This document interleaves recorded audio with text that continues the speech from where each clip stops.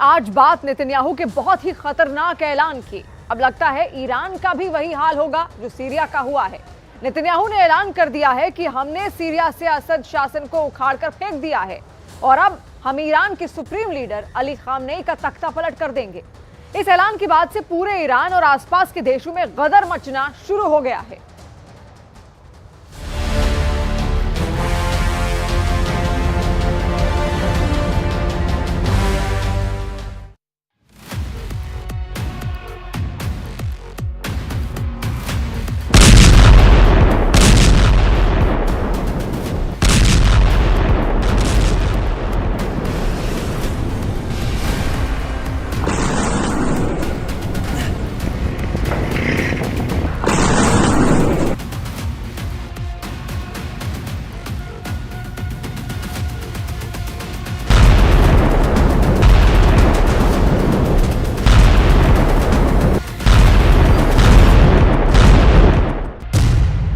Iran को बना देंगे सीरिया, खामेनेई का तख्ता पलट। जरा गौर कीजिए, 31 जून को ईरान की राजधानी तेहरान में हमास चीफ इस्माइल हानिया मारा गया। जरा गौर कीजिए, 27 सितंबर को लेबनान की राजधानी बेरूत में हिजबुल्लाह चीफ नसरल्लाह मारा गया। जरा गौर कीजिए, सीरिया में भी सिर्फ 11 दिन में बशर अल असद का तख्ता पलट हो गया। जून से दिसंबर में अब तक एक एक करके इजराइल और अमेरिका ने मिलकर अपने दुश्मनों का सफाया कर दिया है। अब अगला नंबर ईरान का है और दावा किया जा रहा है कि इजराइल ने जिस तरह से सीरिया पर असद सरकार का तख्ता पलट किया है, ठीक वैसे ही ईरान में ईरान के सुप्रीम लीडर अली खामनेई का तख्ता पलट कर दिया जाएगा और इसकी पूरी तैयारी हो चुकी है। हम आपको आज ईरान, इजराइल और अमेरिका से जुड़ी ऐसी खबर दिखाने जा रहे हैं जो आपको हैरान कर देगी कि आखिर मिडिल ईस्ट में इस वक्त क्या खेला चल रहा है।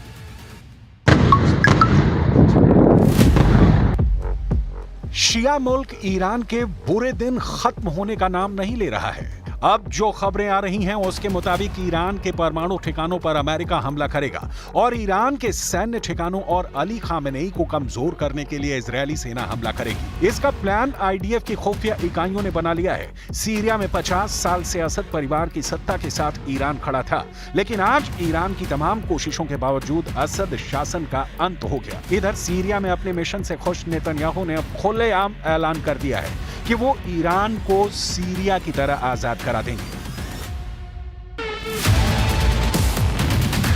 एक वीडियो संदेश में इजरायल के प्रधानमंत्री नेतन्याहू ने ईरान को सीरिया बनाने की कसम खाई है। नेतन्याहू ने साफ कहा है कि जिस तरह से असद परिवार के शासन से सीरियाई नागरिक दुखी थे, ठीक उसी तरह से सुप्रीम लीडर खामेनेई और ईरान की मौजूदा हुकूमत से ईरानी नागरिक दुखी हैं। नेतन्याहू ने कहा कि जैसे हमने सीरिया से असद सरकार का पतन कर दिया है, ठीक वैसे ही हम ईरान में करेंगे, जहां का सत्ताधीश ईरानी लोगों पर जुल्म ढा रहा है। नेतन्याहू के इस वीडियो संदेश को लेकर ईरानी मीडिया का कहना है कि नेतन्याहू ईरानियों को उकसा रहे हैं और इस्लामिक गणराज्य के शासन के खिलाफ असंतोष भड़का रहे हैं, जो इजरायल का कट्टर दुश्मन है। इजरायल के प्रधानमंत्री बेंजामिन नेतन्याहू ने अपने वीडियो संदेश में साफ तौर पर कहा कि ईरान के इस्लामी शासन का पतन करीब है। नेतन्याहू ने यहां तक कहा कि ईरानी सत्ताधीशों ने असद को बचाने के लिए 11 दिनों में $30 बिलियन से ज्यादा खर्च किए, लेकिन असद शासन का अंत हो गया।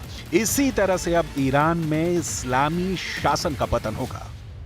People of Iran, as we see history unfold before our very eyes, I can only imagine what you're feeling right now. Your oppressors spent over $30 billion supporting Assad in Syria. Today, after only 11 days of fighting, his regime collapsed into the dust. Your oppressors spent billions supporting Hamas in Gaza. Today, their regime lies in ruins. Your oppressors spent over $20 billion supporting Hezbollah in Lebanon. In a matter of weeks, most of Hezbollah's leaders, its rockets, and thousands of its terrorists went up in smoke.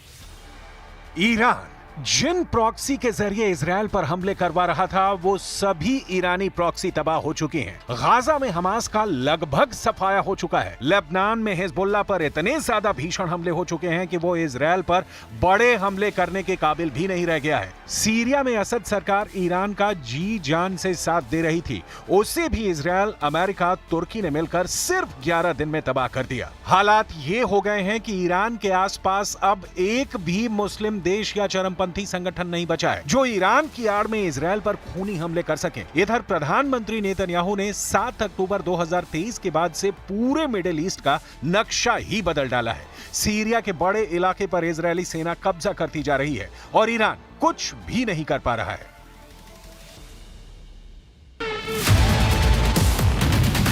जरा ये video देखिए। Iran की राजधानी Tehran से 11 दिसंबर 2024 को एक video सामने आया है जिसमें ईरान के सुप्रीम लीडर इजराइल और अमेरिका पर भड़कते हुए साफ कह रहे हैं कि सीरिया में असद सरकार के पतन के पीछे इजराइल और अमेरिका का सीधा हाथ है। खामेनेई का चेहरा देखकर ऐसा लग रहा है कि जैसे वो हारी हुई बाजी लड़ रहे हैं। अब आप ये भी जान लीजिए कि इस वक्त सीरिया से लेकर पूरे मिडिल ईस्ट में क्या हालात चल रहे हैं और क्यों सीरिया के हालात देखकर ईरान बुरी तरह से घबरा गया। जो तस्वीरें सीरिया के गोलान हाइट्स और दूसरे इलाकों से आ रही हैं, उसमें साफ देखा जा सकता है कि इस वक्त इजरायली सेना ने गाजा और लेबनान की बजाय सीरिया पर भीषण हमले शुरू कर दिए हैं। इजरायली हमलों से जुड़ी कुछ तस्वीरें तो ऐसी हैं जिन्हें देखकर फ्रांस, जर्मनी और ब्रिटेन तक चकरा गए हैं। फ्रांस ने तो यहां तक कह दिया है कि इजरायली सेना को सीरियाई इलाकों से तुरंत निकल जाना चाहिए, जबकि जर्मनी और ब्रिटेन ने इजरायल से कहा कि वो सीरिया पर हमला करने में संयम और सावधानी बरतें। लेकिन हैरानी की बात तो यह है कि इस वक्त इजरायली प्रधानमंत्री नेतन्याहू किसी की भी बात नहीं सुन रहे हैं और पूरे सीरिया पर हमले कर रहे हैं। जरा देखिए इजरायली सेना ने सीरिया का क्या हाल किया है।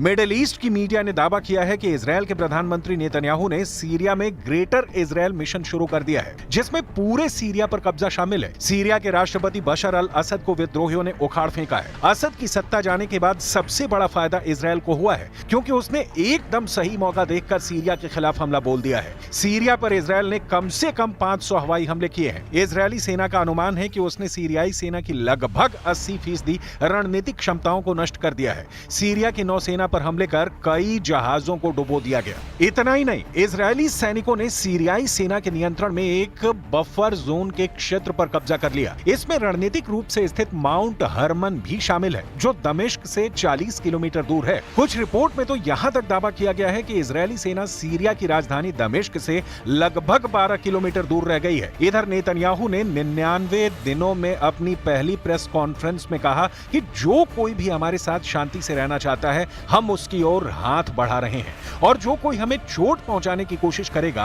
हम उसका हाथ काट देंगे। אנחנו רוצים יחסים תקינים עם המשטר החדש בסוריה. אבל אם המשטר הזה יאפשר לאיראן לחזור להתבסס בסוריה, או יאפשר העברת נשק איראני או כל נשק אחר לחיזבאללה, או יתקוף אותנו, אנחנו נגיב בעוצמה. אנחנו נגבה ממנו מחיר כבד. מה שקרה למשטר הקודם יקרה גם למשטר הזה. तुर्की का डबल गेम, सीरिया में फंसा कमांडर जुलानी। हैरानी की बात तो यह है कि सीरिया के असद परिवार का पतन करने वाला इस्लामिक चरमपंथी संगठन हयात तहरीर अल शाम यानी एचटीएस भी इजरायली हमलों के सामने बेबस नजर आ रहा है। कुर्द लड़ाकों को बेरहमी से मारने वाला कमांडर अबू मोहम्मद अल जूलानी भी समझ नहीं पा रहा है कि इजरायली सेना से कैसे मुकाबला किया जाए, क्योंकि तुर्की ने अब कमांडर जूलानी के साथ ऐसा खेला कर दिया है जिसकी वजह से सीरिया में हयात तहरीर अल शाम यानी एचटीएस बुरी तरह से फंस गया है। यानी तुर्की अब हयात तहरीर अल शाम का साथ देने को तैयार नहीं है, क्योंकि इजरायल ने अमेरिका पर दबाव बनाया है कि अगर सीरिया पर हयात तहरीर अल शाम यानी एचटीएस की सरकार आई तो पूरे मिडिल ईस्ट में आईएसआईएस की तरह हमले होंगे और कमांडर जुलानी दूसरा बगदादी साबित होगा। जरा 42 साल के कमांडर अबू मोहम्मद अल जूलानी की ये नई तस्वीरें देखिए। सीरिया की राजधानी दमिश्क में अल शफीई मस्जिद से निकलते वक्त कमांडर जुलानी थोड़ा तनाव में दिख रहा है। इसके पीछे की सबसे बड़ी वजह यह है कि अचानक तुर्की अमेरिका ने एचटीएस से दूरी बनानी शुरू कर दी है। खुद कमांडर जुलानी ने मीडिया के सामने बोलते हुए जो कहा वो दिखाता है कि अमेरिका, तुर्की और इजराइल मिलकर सीरिया में बड़ा खेल शुरू कर चुके हैं।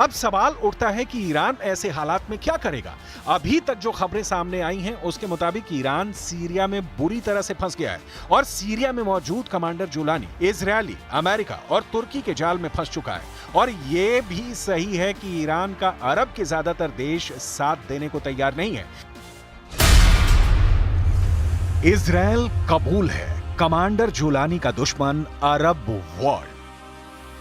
अब सवाल उठता है कि अगर कमांडर जुलानी को तुर्की या फिर किसी और देश भागना पड़ा या फिर इजरायली सेना से सीधी जंग करनी पड़ी तो क्या मिडिल ईस्ट के अरब और मुस्लिम देश हयात तहरीर अल शाम यानी HTS का साथ देंगे? इसका जवाब है मौजूदा हालात को देखते हुए हयात तहरीर अल शाम यानी HTS का साथ ना तो अरब और मुस्लिम देश देने को रत्ती भर भी तैयार है, बल्कि अरब और मुस्लिम देश अमेरिका पर भड़क रहे हैं कि वो हयात तहरीर अल शाम यानी HTS को सीरिया में भस्मासुर बनाने में क्यों लगा है। सऊदी अरब, संयुक्त अरब अमीरात और मिस्र जैसे देशों ने हयात तहरीर अल शाम यानी HTS और उसके कमांडर जुलानी के खिलाफ मोर्चा खोल दिया है। इन सभी अरब मुस्लिम देशों ने अमेरिका को चेतावनी दी है कि वो उन इस्लामी चरमपंथियों और देशों पर ध्यान ना दें जो कई दशकों तक अरब देशों पर हमले में शामिल रहे हैं। सऊदी अरब, UAE और मिस्र जैसे देश सीरिया में अचानक आए इस बदलाव से सदमे में हैं और मिस्र के एक अधिकारी ने गहरी नाराजगी जताते हुए कहा कि अल-कायदा से जुड़े HTS का बहुत तेजी से रीब्रांडिंग की जा रही है। आने वाले दिनों में HTS ISIS की तरह मुस्लिम देशों को तबाह करने में जुट जाएगा। अरब और मुस्लिम देशों का साफ कहना है कि मुस्लिम ब्रदरहुड जैसे इस्लामिक संगठनों से पहले ही अरब के कई देश डरे हुए हैं। HTS के लड़ाके मुस्लिम ब्रदरहुड से ज्यादा कट्टर मुस्लिम है, इसलिए अब अरब देशों का कहना है कि सीरिया में उन्हें इजरायली कब्जा कबूल है, लेकिन हयात तहरीर अल शाम यानी HTS कबूल नहीं है। कुल मिलाकर हालात ईरान के खिलाफ होते जा रहे हैं। अगर नेतन्याहू ईरान में भी सीरिया जैसे हालात पैदा करते हैं तो यह तय है कि ईरान के सुप्रीम लीडर अली खामेनेई का तख्ता पलट हर हाल में हो जाएगा।